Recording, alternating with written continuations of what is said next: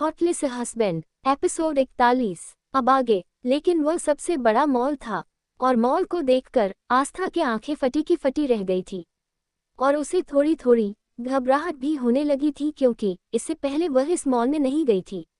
ऊपर से उस मॉल में 6 से 7 फ्लोर बने हुए थे जो कि चारों तरफ फैले हुए थे। ये देखकर आस्था और भी ज्यादा डर रही थी, लेकिन फिलहाल वह अपने डर को इन सब के सामने जाहिर नहीं करना चाहती थी क्योंकि वो साथ ही साथ थोड़ा सा अनकंफर्टेबल भी महसूस कर रही थी क्योंकि इतने सारे आदमियों में वह अकेले लड़की थी।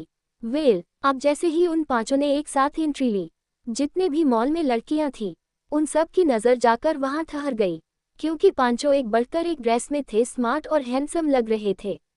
ऐसा लगने लगा था कि अगर मर्दों में कोई सबसे ज्यादा खूबसूरत है तो सिर्फ यही लोग हैं जो कि इस वक्त मॉल एंट्री लिए हुए थे। सभी लड़कियां जो शॉपिंग करने के लिए वहां आई थी सब रुक रुक कर सिर्फ उन्हें ही देखने लगी और उन सब के बीच में से जैसे ही उन लड़कियों की नज़र आस्था पर गई तो सबका मुंह बुरी तरह से बन गया और कुछ लड़कियां तो सोचने लगी थी कि कितनी किस्मत वाली लड़की है कि 5 हैंडसम और ऐसी लड़की उनके साथ में है। वहां एक लड़की की नज़र अचानक आस्था के कपड़ों पर गई क्योंकि आस्था जब मंदिर की सीढ़ियां चल रही थी तब उसके घुटनों से थोड़ा सा ब्लड भी निकल गया था। हालांकि वह ब्लड अब सूख चुका था, इसीलिए किसी का ध्यान उस पर नहीं गया था, लेकिन वो लड़की बड़ी ही बारीकी से आस्था को देख रही थी क्योंकि वह जानना चाहती थी कि आखिरकार इतने हैंडसम लड़कों के साथ इस मामूली सी लड़की का क्या लेना देना है। क्योंकि आस्था के कपड़े काफी ज्यादा मामूली लग रहे थे तो ये बात सोचकर वह लड़की अंदाजा लगा रही थी ये जरूर कोई नौकरानी होगी जो लड़की आस्था को ऑब्जर्व कर रही थी। ये लड़की कोई और नहीं बल्कि अरमान सिंघानिया की ही ऑफिस में काम करने वाली मिस मलाइका थी। मलाइका का अरमान पर क्रश था। वह अरमान को बहुत ज्यादा पसंद करती थी, लेकिन आज तक उसकी इतनी हिम्मत नहीं हुई कि अरमान सिंघानिया की केबिन तक में चली जाए। लेकिन आज अरमान के साथ में किसी लड़की को देखकर उस वक्त वो काफी हद तक हैरान हो गई थी और साथ ही उसकी आंखों में आस्था के लिए जलन बढ़ चुकी थी। इस बात को पता करने की डिजायर बढ़ चुकी थी कि आखिरकार अरमान सिंघानिया के साथ ये लड़की कौन है, लेकिन फिलहाल सामने से आकर उसके कुछ बोलने की हिम्मत ही नहीं हुई, इसलिए उसने छुपकर उन सब पर नजर रखने लगी। मॉल में एंट्री करते ही आस्था जो कि डर रही थी उसकी हिम्मत ही नहीं हुई कि थोड़ा सा आगे बढ़ सके। उसने अपना सर झुकाकर रखा हुआ था क्योंकि एकदम उसे ऐसा लग रहा था मानो कि वह अलग ही तरह की दुनिया में आ गई हो। उसे समझ में नहीं आ रहा था कि वह किस ओर देखे क्योंकि हर ओर उसे सिर्फ मॉल की खूबसूरती ही दिखाई दे रही थी। मॉल में घुसते ही अरमान ने उन चारों की ओर देखते हुए कहता है इस लड़की को जो कुछ भी चाहिए उसे शॉपिंग कर दो, मैं तब तक कैफेटेरिया में बैठकर इंतजार कर रहा हूँ। ऐसा कहकर अरमान लंबे लंबे कदमों से वहां से जाने लगा, लेकिन तभी ध्रुव ने आहान की ओर इशारा किया कि वह कुछ ना कुछ करके अरमान को रोक ले। तब आहान जल्दी से अरमान के पास गया और कहने लगा, भाई प्लीज ये आप ऐसे कैसे कह सकते हैं कि हम लोग भाभी को शॉपिंग करा दे, हमें तो कुछ नॉलेज है नहीं, आपको भी हमारे साथ रहना होगा प्लीज। अब जैसे ही आहान ने ये कहा अरमान उसकी ओर आईब्रो उचकाते हुए देखने लगा। तब आहान जल्दी से बोला, वो भाई मेरा मतलब ये था कि अगर आप भाभी को शॉपिंग नहीं कराएंगे और दादाजी को इस बात के बारे में पता चल गया तो दादाजी नाराज हो सकते हैं। आप समझ रहे हैं ना मेरी बात, और उनका गुस्सा और स्ट्रेस लेना उनकी सेहत के लिए बिल्कुल भी ठीक नहीं है। अब आहान ने जैसे ही अरमान की कमजोरी वार किया, अब तो वो गुस्से से अपने दोनों हाथों को उठाकर अपने सर पर टेप करने लगा और गुस्से से दांत पीसते हुए आहान से बोला, तुम कब से मुझे ब्लैकमेल करने लग गए? देख रहा हूं मैं जब से ये लड़की आई है तुम लोगों के कुछ ज्यादा ही पर निकल आए हैं। ऐसा कहकर अरमान गुस्से से फौरन आस्था के पास आकर खड़ा हो गया। तुरंत उसने कसकर उसका हाथ पकड़ लिया और कहने लगा, चलो मेरे साथ, तुम्हें मैं शॉपिंग करवाता हूँ। ऐसा कहकर वह उसे लेकर जाने लगा। अब तो आस्था बस अपनी नजरों से उन चारों की ओर देखने लगी क्योंकि उसे समझ में नहीं आ रहा था कि आखिरकार अरमान उसे कहाँ लेकर जा रहा है। तभी मिस मलाइका जो कि उसे वक्त मॉल में मौजूद थी, जैसे उसने अरमान के हाथों में आस्था का हाथ देखा उसके तन बदन में आग लग गई और वह गुस्से से कहने लगी, नहीं मिस्टर अरमान सिंघानिया, पिछले 5 सालों से मैं तुमसे प्यार करती हूँ।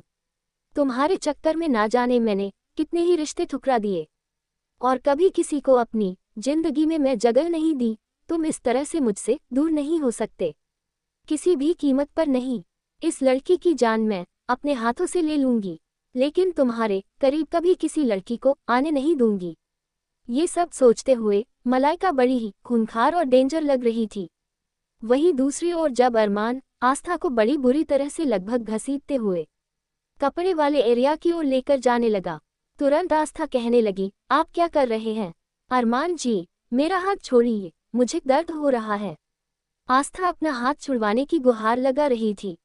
वहीं वो चारों भी काफी हद तक हैरान हो गए और जल्दी से उधर आ गए और अरमान के सामने आकर खड़े हो गए। उसे रोककर कहने लगे, भाई आप ये क्या कर रहे हैं?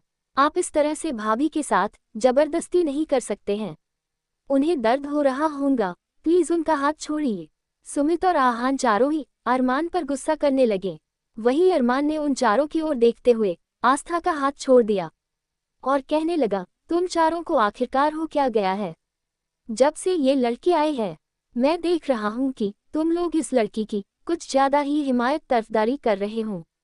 तभी आकाश थोड़ा आगे आया और अरमान को समझने लगा, देखो अरमान, इस वक्त हम घर पर नहीं है तो तुम यहाँ बाहर आकर आस्था के साथ इस तरह का बर्ताव नहीं कर सकते हो, इस तरह से आस्था का तमाशा नहीं बना सकते। तब आस्था है शुक्रगुजार नजरों से आकाश की ओर देखा, मानो कि वो उसका मन ही मन में शुक्रिया अदा कर रही हो कि उसने उसे अरमान से बचा लिया। तभी अरमान कहने लगा, मैंने तुम लोगों से कहा ना, तुम लोगों को जैसे शॉपिंग करनी है तुम लोग कर सकते हो, तब तक मैं कैफेटेरिया में इंतजार कर लेता हूँ, लेकिन तुम लोग मेरी बात मानने के लिए तैयार ही नहीं हो। और अरमान की बात सुनने के बाद ध्रुव बोला, अच्छा ठीक है, हम आपकी बात मान लेंगे। आप एक काम कीजिए, भाभी के लिए केवल सिर्फ एक ड्रेस पसंद कर लीजिए, उसके बाद आप कैफेटेरिया में चले जाए, उसके बाद बाकी की शॉपिंग भाभी अपने आप कर लेगी। अब जैसे ही ध्रुव ने ये कहकर बात खत्म की, अरमान उसकी ओर गुस्से से देखने लगा, क्योंकि ध्रुव और आहान के दो ही है जो अरमान से सबसे ज्यादा डरा करते थे। आकाश और सुमित अरमान के हम उम्र थे, उससे थोड़े बड़े थे, तो इसीलिए वह लोग उसके सामने कभी कभी कुछ भी बोल दिया करते थे। लेकिन आज इस तरह से ध्रुव के बोलने पर अरमान उसे खजाने वाली नजरों से देख रहा था। लेकिन फिलहाल अरमान के पास उन लोगों की बात मानने का अलावा कोई और रास्ता नहीं था, इसीलिए अरमान जल्दी से फटाफट बोला, ठीक है, मैं तुम सबसे बाद में निपट लूंगा, फिलहाल जो भी तुम लोगों का करना है करो। वैसे भी तुम लोगों के चक्कर में मेरा आज का पूरा काम पूरा दिन डिस्ट्रॉय होता हुआ नजर आ रहा है। अभी अरमान ने इतना ही कहा था कि तभी पीछे से एक और आवाज आई, गुड आफ्टरनून सर। अब जैसे ही सबने आवाज का पीछा किया तो सब हैरान हो गए, क्योंकि पीछे कोई और नहीं बल्कि देव खड़ा हुआ था।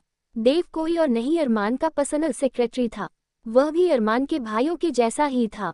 अब जैसे ही देव वहां आया, वह चारों है हैरानी से देव की ओर देखने लगे, क्योंकि अरमान के चारों दोस्तों से आहान समेत देव की काफी ज्यादा बनती थी। तो देव को देखते ही वह चारों बड़ी ही खुशी से उसे गले से मिलने लगे। ऐसा लगने लगा था मानो के पूरे मॉल में भाइयों का मेला लगा हुआ था और वह इस तरह से मिल रहे थे मानो को कितने ही सालों के बाद मिले हो। अरमान गुस्से से उन लोगों को देख रहा था और सोच रहा था, कल ही तो ये सब मिले थे, फिर ये इस तरह से यहाँ मिलकर इस तरह का बर्ताव क्यों कर रहे हैं? जाने नहीं मिले कितने साल हो गए हो। अरमान ने ना में अपनी गर्दन हिला दी, जैसे कहना चाह रहा हूं कि इन लोगों का कुछ नहीं हो सकता, ये लोग कहीं भी शुरू हो जाते हैं। वही देव हालांकि उन चारों से मिल रहा था, लेकिन साथ ही उसकी निगाहें अपने बॉस पर भी थी, जो कि उस वक्त गुस्से से सबको घूर रहा था। तब देव ने ज्यादा बात न करते हुए तुरंत अरमान के सामने जाकर खड़ा हो गया और कहने लगा, सर ये रहा आपका लैपटॉप और ये आज की मीटिंग की पूरी डिटेल्स, जो कि आपने दिन की जगह रात की रीशेड्यूल कर दी है। अब जैसे ही उन चारों ने ये सुना कि अरमान ने अपना दिन का सारा काम रात का रीशेड्यूल कर दिया है, उनका मुंह हैरानी के मारे खुला का खुला रह गया। वही आकाश तो मन में कहने लगा, काश हम लोगों में भी इतना दिमाग होता तो हम भी आज अपने दिन का सारा काम रात को ही कर लेते। यार, कहीं ना कहीं चारों एक दूसरे के मन की बात पढ़ ली थी। लेकिन फिलहाल अरमान उनकी ओर देखते हुए कहने लगा, तुम लोगों को ज्यादा दिमाग चलाने की कोई जरूरत नहीं है। तुम लोग ये बात अच्छी तरह से जानते हो कि मुझे एक मिनट भी बर्बाद करना बिल्कुल भी पसंद नहीं है। और जल्दी से शॉपिंग करो, जो खरीदना है खरीदो और इस लड़की को जो दिलाना है दिलाओ, और फिर फटाफट से चलो। वही देव की निगाह भी आस्था पर गई। आस्था से जब वह पहली बार मिला था, उसका पहली नज़र में उसे काफ़ी अच्छी लगी और उसे आस्था के लिए बुरा भी लग रहा था, क्योंकि आस्था के जिंदगी में अरमान सिंघानिया जैसा हार्टलेस इंसान आया था।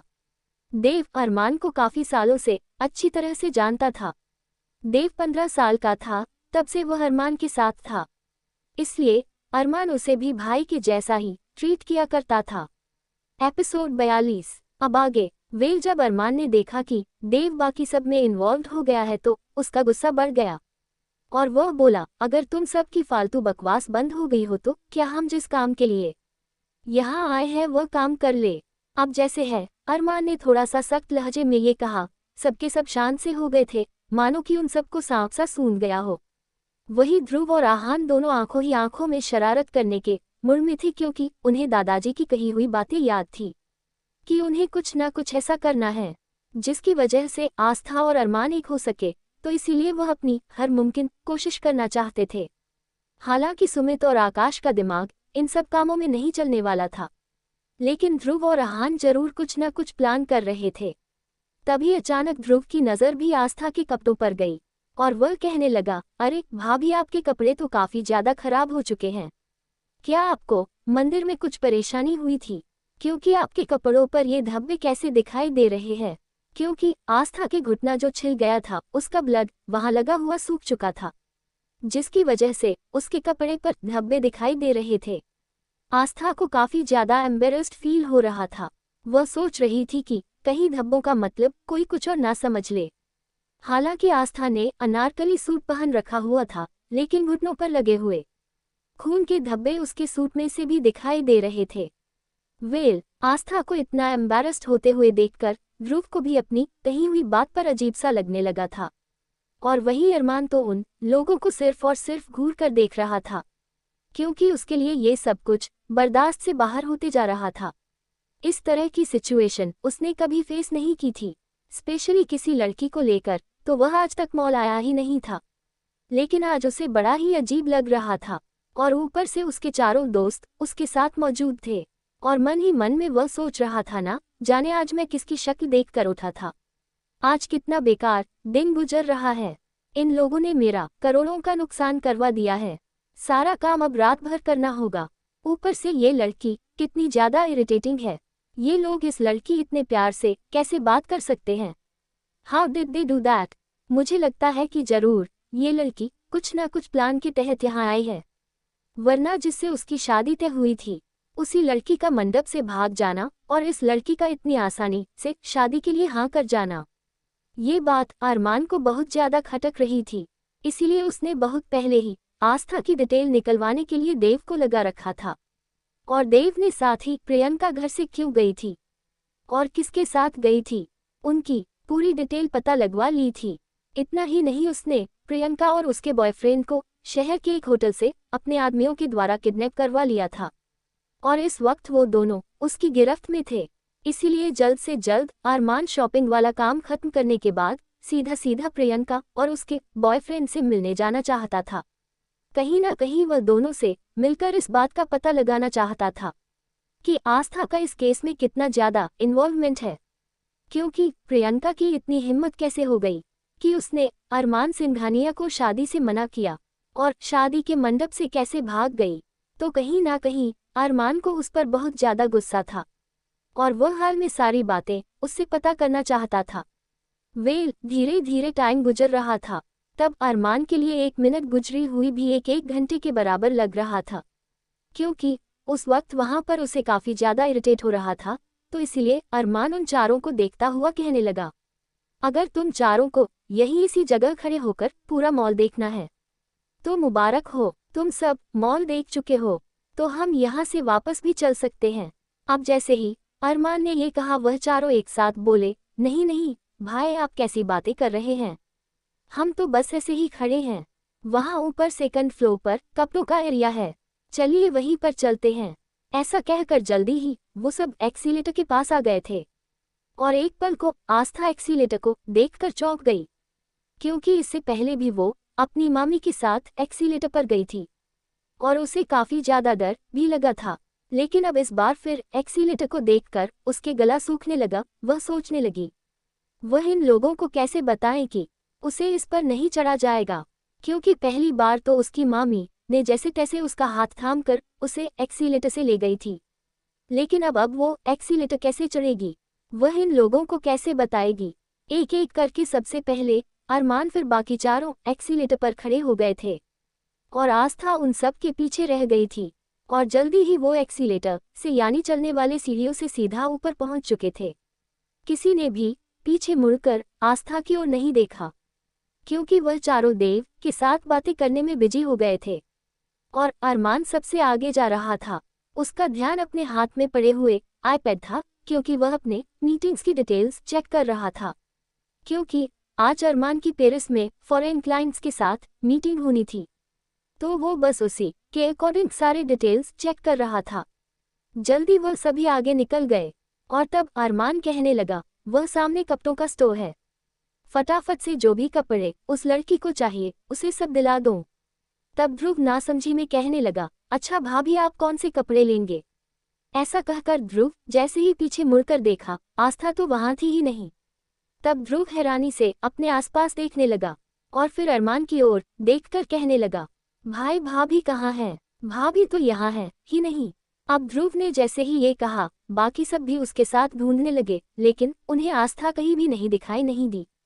तभी अरमान की नज़र एक्सीलेटर के नीचे खड़ी हुई आस्था पर पड़ी, जो कि हिचकिचाते हुए एक्सीलेटर पर अपने पैर रखने की कोशिशें कर रही थी, लेकिन डर के मारे वो बार बार फिर अपने कदम पीछे ले रही थी। अब अरमान ने जैसे ही ये देखा, उसका गुस्सा और भी बढ़ गया और वह सोचने लगा कि आखिरकार कोई लड़की इतनी ज्यादा ही इरिटेटिंग कैसे हो सकती है। ये सब क्या हो रहा है, क्योंकि अरमान उस वक्त अपने सर पर टेप कर रहा था और अपना गुस्सा कंट्रोल करने की कोशिश कर रहा था। एक पल को अरमान को इस तरह से अपना गुस्सा कंट्रोल करता हुआ देखकर उन पांचों के जिस्म में सनसनी से दौड़ गई थी। लेकिन अगले ही पल उन्होंने अरमान की नजरों का पीछा किया और जैसे ही उनकी नजर आस्था पर पड़ी, जो कि उस वक्त एक्सीलेटर से ऊपर आने के लिए स्ट्रगल कर रही थी, तो वह पांचों हैरानी से एक दूसरे की शक्ल देखने लगे और साथ ही उन्हें थोड़ा सा डर भी लग रहा था कि अब क्या किया होगा। तभी ध्रुव कहने लगा, भाभी तो नीचे रह गई और हमने ये क्यों नहीं सोचा कि भाभी के लिए ये शहर नया है, हम इस तरह से भाभी को अकेला नहीं छोड़ना चाहिए था। फिर ध्रुव कहने लगा, मैं जाता हूँ, मैं भाभी को यहाँ लेकर आता हूँ। लेकिन तभी उसकी नज़र अरमान पर पड़ी। तब उसने अरमान से कहा, भाई मुझे लगता है कि आपको जाकर भाभी की मदद करनी चाहिए, और अगर आप इस तरह से भाभी की मदद करेंगे तो हो सकता है कि दादाजी आपसे खुश हो जाए। अब जैसे ही ध्रुव ने ये कहा, अरमान उसे खा जाने वाली नजरों से देखने लगा और आहान से कहने लगा, तुम जाओ, जाकर उस लड़की को ऊपर लेकर आओ। सिलीगल इससे एक्सीलेटर पर कैसे चढ़ते हैं ये भी नहीं आता। कहीं ना कहीं ये सब सोचते हुए अरमान को उस पर बहुत गुस्सा आ रहा था, लेकिन उसने आहान को उसे लेकर आने के लिए कह दिया था। लेकिन ध्रुव ने आहान को इशारों से मना कर दिया था, क्योंकि वह लोग चाहते थे कि अरमान ही उसे लेने के लिए जाए। आहान ने अरमान की बात सुनने के बाद तुरंत अपने पेट पर हाथ रख लिया और कहने लगा, भाई मेरा तो पेट बहुत जोरों से दर्द हो रहा है, मुझे लग रहा है कि मुझे वॉशरूम यूज करने की जरूरत है। सॉरी भाई, मैं नहीं जा पाऊंगा। ऐसा कहकर आहान बिना अरमान की ओर देखो और उसकी कोई और आगे की बात सुने वहां से खिसक लिया, क्योंकि वह बिल्कुल भी अरमान की ओर नहीं देखना चाहता था। उसने सोचा कि अगर वो इस तरह से अरमान को देख लेगा तो अरमान तो पक्का उसे गुस्से से ही घूर रहा होगा। अगर आहान ने एक बार अरमान की गुस्से वाली आंखों में देख लिया तो फिर वो वहां से वापस नहीं जा पाएगा। इसीलिए वह सीधा बाथरूम में घुस चुका था। अब अरमान आकाश और सुमित से तो कह नहीं सकता था, और देव भी तुरंत मॉल के दूसरे हिस्सों को देखने लगा, तो अरमान समझ चुका था कि ये लोग बिल्कुल भी नहीं जाने वाले हैं। अरमान को रह रहकर उन सब पर गुस्सा तो बहुत आ रहा था, लेकिन उसे इस वक्त काफी ज्यादा लेट लग रहा था, तो इसीलिए वो और देरी नहीं करना चाहता था। बिना किसी देरी के आस्था पास वापस से अरमान नीचे पहुंच चुका था और आस्था ने तो ध्यान ही नहीं दिया कि उसके ठीक पीछे अरमान सिंघनिया आकर खड़ा हो गया है। तभी अरमान ने तुरंत उसके बाजू को कसकर पकड़ लिया और कहने लगा, क्या तुमसे ये छोटा सा काम भी नहीं हो सकता है? क्या तुम खुद से चढ़कर ऊपर भी नहीं आ सकती हो? कौन सी दुनिया से आए हो तुम? ऐसा कहकर और अरमान गुस्से से आस्था को घूरने लगा। आहान जो कि बाथरूम में गया था, अरमान के नीचे जाते ही वह भी तुरंत आकर वहां खड़ा हो गया था, क्योंकि वो ये सीन मिस नहीं करना चाहता था और ध्रुव और आहान दोनों ने वीडियो शूट करना शुरू कर दिया था ताकि वह दादाजी को दिखा सके और दादाजी की गुड बुक में अपने नंबर बढ़ावा सके। दूसरी ओर अब इस तरह से अरमान को बोलते हुए देखकर आस्था ने अपनी नजरें नीचे झुका लिए थी। कुछ आंसू उसके गालों पर भी आ गए थे, क्योंकि वाकई वह अपने आप को काफी ज्यादा शर्मिंदा सा महसूस कर रही थी। लेकिन उसमें उसकी भी क्या गलती थी? शुरू से बचपन से लेकर आज तक वह सिर्फ और सिर्फ गांव में ही पली बड़ी थी। इस तरह से कभी भी शहर में नहीं आई थी। पिछली बार भी जब वह प्रियंका की शादी की शॉपिंग करने के लिए एक मॉल में गई थी, वहां पर भी छोटे से स्टेयर्स थे जो कि थोड़े से आगे तक ही जाते थे। आस्था तो उनसे चढ़ने में भी डर रही थी, लेकिन यहाँ तो काफी बड़ा मॉल था और काफी ऊंचाई तक स्टेयर्स जाने के लिए थे, तो इसीलिए उसे काफी डर लग रहा था। अब अरमान ने आस्था के आंसुओं को देखकर इरिटेट होते हुए कहा, अभी बेवकूफों की तरह यहाँ पर रोना बंद करो, समझी तुम? ऐसा कहकर जल्दी ही उसने उसकी बाजू को कसकर पकड़ लिया और दोनों एक साथ एक्सीलेटर पर जाकर खड़े हो गए। आस्था काफी ज्यादा डर गई थी और उसने जल्दी से अरमान को पकड़ लिया और अपने दोनों आंखों को अच्छी तरह से बंद कर लिया था। एक पल को आस्था को ऐसा करते हुए देखकर अरमान उसमें खो सा गया था, क्योंकि आस्था बड़ी ही प्यारी और खूबसूरत लग रही थी। आस्था का विदाउट मेकअप एकदम गोरा रंग और बेदाग चेहरा अरमान को बड़ा ही खूबसूरत लग रही थी। एपिसोड -43 अब आगे। और उसने अपनी घनी पलकें के जो कि बंद कर रखी थी। अरमान उसे कितनी ही पल तक देखता रहा और अरमान को एहसास ही नहीं रहा कि कब वो दोनों ऊपर पहुंच गए थे। तब अचानक ध्रुव की आवाज उसके कानों में सुनाई देती है, अरे भाई संभाल कर, क्योंकि ध्रुव देख चुका था कि अरमान इस वक्त आस्था की खूबसूरती में खोया हुआ है, तो इसीलिए उसने हल्की सी मुस्कुराहट के साथ अरमान से आवाज लगाई। ध्रुव की आवाज उसके कानों में सुनाई दी। अरमान तुरंत अपने हसीन ख्वाब से बाहर आया और एक नज़र आस्था को देखने के बाद जल्दी ही वह दोनों एक्सीलेटर उतर गए। तब जाकर आस्था ने अपनी आंखें खोली और उसने देखा कि उसने अभी तक अरमान के कोट को पकड़ा हुआ है, तो जल्दी से उसने अपने हाथ पीछे कर लिए। तभी ध्रुव ने कहा, अरे भाभी अब ठीक तो है ना?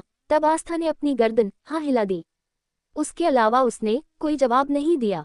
जल्दी वह लोग कपड़ों के एरिया में चले गए और जैसे ही आस्था वहां गई, उसकी तो आंखें हैरानी से फैल गई। भला इतने सारे कपड़ों में से वह अपने लिए कपड़े कैसे पसंद करेगी? और वहां पर सारे एक से एक महंगे और ब्रांडेड कपड़े थे। कुछ कपड़े छोटे थे, लेकिन जिस तरह के कपड़े आस्था पहनती थी, वह कपड़े तो आस्था को दिखाई ही नहीं दे रहे थे। अब तो आस्था की हालत खराब होने लगी और उसके माथे से पसीना निकलना शुरू हो गया। वह सोचने लगी कि अब हम यहाँ क्या करें? यहाँ तो ऐसा लग रहा है कि हम किसी कपड़ों के गोदाम में आ गए हैं। इतने सारे कपड़े, वो भी कितने छोटे छोटे से कपड़े हम कैसे पहन सकते हैं? आस्था मन ही मन में ये बातें सोच रही थी। तभी अचानक अरमान ने एक रैंडम ड्रेस उठाकर आस्था की ओर बढ़ाई दी और कहने लगा, जाओ सबसे पहले जाकर ये कपड़े चेंज कराओ। अब जैसे ही अरमान ने ये कहा, आस्था की आंखें घबराहट से फैल गई, क्योंकि जो रैंडम ड्रेस अरमान ने आस्था को उठा कर दिए थे, एक ट्राउजर और उसके ऊपर शॉर्ट्स कुर्ता था जो कि काफी ज्यादा फैशनेबल था और उसकी स्लीव्स में सिर्फ एक बारीक सी डोरी थी और उसके अलावा उसमें कोई बाजू वगैरह भी था ही नहीं। अब जैसे ही आस्था ने कपड़े देखे, वह कभी एक नज़र अरमान को देखती तो फिर उन कपड़ों को देखती। उसके अलावा उसने बाकी सबको भी देखने की कोशिश की, लेकिन उसने देखा कि आकाश सुमित दोनों एक जगह खड़े होकर अपने लिए कुछ शर्ट वगैरह देख रहे थे। वहीं ध्रुव और आहान जानबूझकर सल्स गर्ल्स को परेशान कर रहे थे, कभी उन्हें किसी चीज को दिखाने के लिए कह रहे थे कभी किसी और चीज को दिखाने के लिए।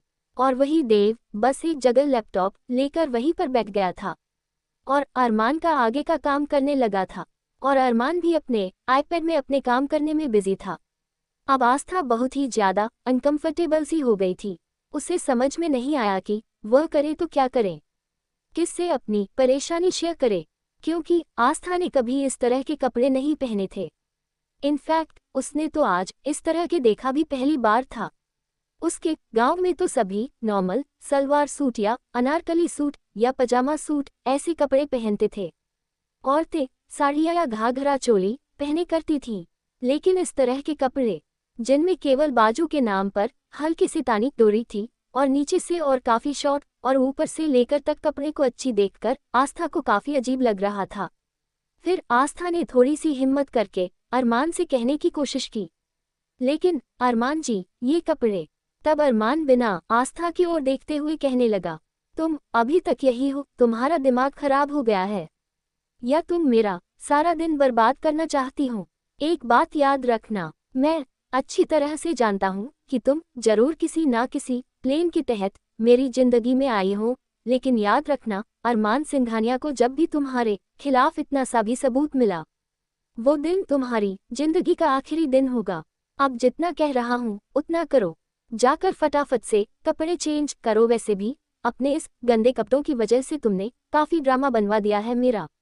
अरमान ये सारी बातें अपने मुंह से बोल रहा था, लेकिन अपनी आईपैड स्क्रीन देख रहा था, और आस्था को अरमान की बातें सुनकर इमोशनल हो गई और उसकी आंखों में आंसू आ गए। उसे समझ में ही नहीं आ रहा था कि आखिरकार उसकी गलती क्या है और उसने ऐसा किया क्या है जो अरमान उसके साथ इस तरह का बर्ताव रहा है। आस्था के पास कोई और रास्ता नहीं था और वो बेबस होकर ड्रेस को देखने लगी कि फिर चेंजिंग रूम किस तरफ है। इधर उधर देख चेंजिंग रूम ढूंढने लगी, क्योंकि आस्था जब प्रियंका और उसकी मामी के साथ शॉपिंग करने के लिए आई थी तब प्रियंका ने कितने ही सारे लहंगे वगैरह ट्राई किए थे जो वह शादी में पहनने वाली थी, तो इसीलिए उसे पता था कि चेंजिंग रूम वगैरह हमें जाकर चेंज करते हैं। लेकिन ये जो मॉल जिसमें वह इस वक्त अरमान के साथ आई थी ये सबसे अलग था और काफी ज्यादा बड़ा भी था। लेकिन आस्था अब कोई भी बात बोलकर अरमान को इम्प्रेस फील नहीं करवाना चाहते थी। आस्था सोचने लगी थी कि शायद अरमान जी ठीक कह रहे हैं, उसकी वजह से अरमान की काफी ज्यादा बेइज्जती हो रही है। वह इतने अमीर आदमी है और उनकी बीवी बिल्कुल गंवार है, उसे किसी भी चीज की कोई नॉलेज नहीं है, तो इसीलिए आस्था को भी काफी ज्यादा अजीब लग रहा था। वेल जल्दी ही उसे लेडीज चेंजिंग रूम का साइन अप दिखाई दे गया और आस्था जल्दी से वो ड्रेस लेकर वहां उस ओर चली गई। अभी आस्था ने जल्दी से वो कपड़े चेंज करना शुरू कर दिया। ड्रेस और ट्राउजर पहन ली थी, ऊपर से उसने वो बारीक सी तनी डोरी वाला जो कि टॉप के शक्ल में था उसे पहन लिया था। वो टॉप केवल आस्था को थाई तक ही आ रहा था। आस्था को अपनी थाई से नीचे का हिस्सा काफी खाली सा खाली और वियर्ड सा लगने लगा था, क्योंकि आस्था जब भी कोई सूट या कुर्ता वगैरह पहना करती थी वो सिर्फ घुटनों से नीचे तक का ही पहना करती थी, और अनारकली सूट तो उसका पूरा नीचे पंजों तक हुआ करता था। लेकिन ये जो अरमान ने उसे रैंडमली टॉप उठा कर दिया था ये तो उसके केवल थाई तक ही आ रहा था, तो और ऊपर से उसमें बाजू तक नहीं थी। आस्था को बहुत ही ज्यादा अनकंफर्टेबल महसूस हो रहा था। हालांकि उन कपड़ों में आस्था बेहद ही ज्यादा स्टाइलिश, मॉडर्न और ब्यूटीफुल लग रही थी। आस्था ने उन कपड़े को पहन तो लिया था, लेकिन उसे अपने हाथ और कंधे काफी ज्यादा नंगे खुले खुले से महसूस हो रहे थे, और क्योंकि उस टॉप का गला काफी ज्यादा डीप था तो जिसकी वजह से आस्था की काफी ज्यादा कमर साथ ही बड़ा गला होने की वजह से उसके क्लीवेज साफ दिखाई दे रहे थे। आस्था की हिम्मत ही नहीं हुई कि वो इन कपड़ों को पहनकर बाहर जा सके। वेल जब आस्था को लगा कि वो इन कपड़ों में बाहर नहीं जा पाएगी तो उसने जो अपने पहले कपड़े पहने हुए थे उसने उस कपड़ों में से अपना दुपट्टा ले लिया था और उस दुपट्टे को अच्छी तरह से सिर्फ अपने हाथों पर अपनी चेस्ट और कमर पर लपेट लिया था, और उसके बाद वह दरवाज़ा खोलकर जैसे ही बाहर जाने को हुई अचानक से उसे लगा कि मानो बाहर से दरवाज़ा बंद हो। आस्था को लगा कि शायद दरवाज़ा अटक गया है, तो इसीलिए आस्था ने दरवाज़ा खोलना शुरू कर दिया था। लेकिन वो दरवाज़ा था कि खुलने का नाम ही नहीं ले रहा था। अब तो आस्था की हैरानी का कोई ठिकाना ही नहीं था और तेजी से उसने चिल्लाना शुरू कर दिया, कोई है, प्लीज दरवाजा खोलिए। अब डरकर फिर आस्था ने जोर से दरवाजा पीटकर चिल्लाना शुरू कर दिया, दरवाजा खोलिए प्लीज, हम अंदर रह गए हैं, कोई है, दरवाजा खोलिए प्लीज। वही थोड़ी सी ही दूरी पर एक सल्सगर्ल साथ खड़ी हुई मलाइका मुस्कुरा रही थी, क्योंकि उसी ने आस्था को चेंजिंग रूम से दरवाजे को बाहर से लॉक के लिए सल्सगर्ल से कहा था, ताकि आस्था अंदर बंद हो सके। और ऊपर से वहां पर ऑक्सीजन लेवल काफी ज्यादा कम था, तो इससे आस्था को सांस लेने में भी परेशानी हो सकती थी। सल्सगर्ल को ये काम करने की अच्छी खासी कीमत दी गई थी, तो इसीलिए उसे सल्सगर्ल ने आस्था की जान के साथ खिलवाड़ किया था। वही मलाइका ने देखा कि जब सल्सगर्ल ने उसका दिया हुआ काम कर दिया है तो वह बहुत ही ज्यादा खुश हो गई, क्योंकि जब से आस्था अरमान के साथ मॉल में आई थी तब से मलाइका की गहरी नजरों उसे देख रही थी।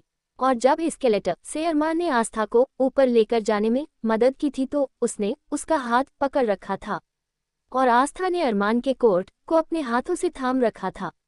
तो ये बात मलाइका आंखों में चुभ गई थी, क्योंकि मलाइका अरमान सिंघानिया सिर्फ और सिर्फ अपना अधिकार समझा करती थी।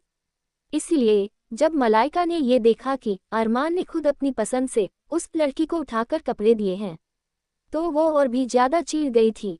इसीलिए उसने गुस्से से मन ही मन में सोचा, बहुत शौक है ना तुम्हें मेरे प्यार के द्वारा दिए गए कपड़े पहनने का, मैं भी देखती हूँ कि ये कपड़े तुम कैसे पहनती हो। तो कहीं ना कहीं ये सब सोचते हुए मलाइका गुस्से से भर उठी और जल्दी ही उसने एक सल्सगर्ल को अपने प्लान में शामिल करके आस्था को टारगेट किया। वही अरमान जो पूरी तरह से अपने काम में बिजी था, एक पल को भी उसने अपनी नजरें अपने आईपैड पर से नहीं हटाई थी। उसके बाद उसका ध्यान देव की ओर चला गया। अरमान देरी न करते हुए जल्दी ही देव के सामने जाकर खड़ा हो गया था। देव अपने सामने अपने बॉस को देखकर हैरान हो गया और जल्दी से उठकर खड़ा हो गया, क्योंकि उस वक्त देव भी अरमान का दिया हुआ काम लैपटॉप के थ्रू कर रहा था।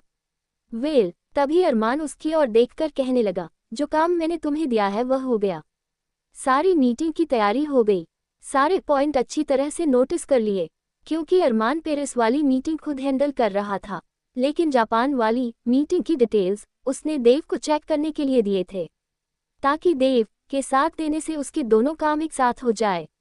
क्योंकि आज अरमान की इम्पोर्टेंट मीटिंग थी, जो कि एक जापान के क्लाइंट्स के साथ होनी थी और एक फ्रांस के क्लाइंट के साथ होनी थी, जबकि फ्रांस की मीटिंग की डिटेल्स तो वो खुद पर्सनली देख रहा था और जापान वाली मीटिंग की डिटेल्स उसने देव को देखने के लिए दी थी। तो तब देव ने उसे बोला, ऑलरेडी सारी तैयारी हो गई है, आप चाहे तो चेक कर सकते हैं। क्या अरमान वक्त रहते आस्था को बचा पाएगा या आस्था हार जाएगी जिंदगी से? जानने के लिए सुनिए होटलेस हस्बैंड का अगला एपिसोड।